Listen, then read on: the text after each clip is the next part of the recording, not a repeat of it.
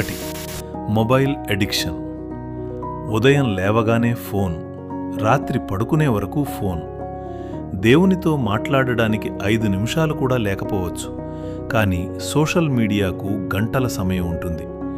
సాతాను మన దృష్టిని దేవుని నుండి దూరం చేయటానికి దీనిని ఉపయోగిస్తున్నాడు. 2. అశుద్ధమైన కంటెంట్. ఒక చిన్న వీడియో, ఒక చెడు చిత్రం, ఒక అపవిత్ర ఆలోచన, ఇవి మన హృదయాన్ని కలుషితం చేస్తాయి.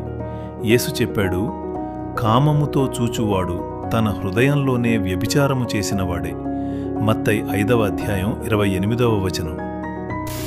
3. చెడు స్నేహాలు. బైబిల్ చెబుతోంది, చెడ్డ సహవాసములు మంచి నడవడికలను చెడగొట్టును. మన చుట్టూ ఉన్నవారు మన జీవితాన్ని ప్రభావితం చేస్తారు.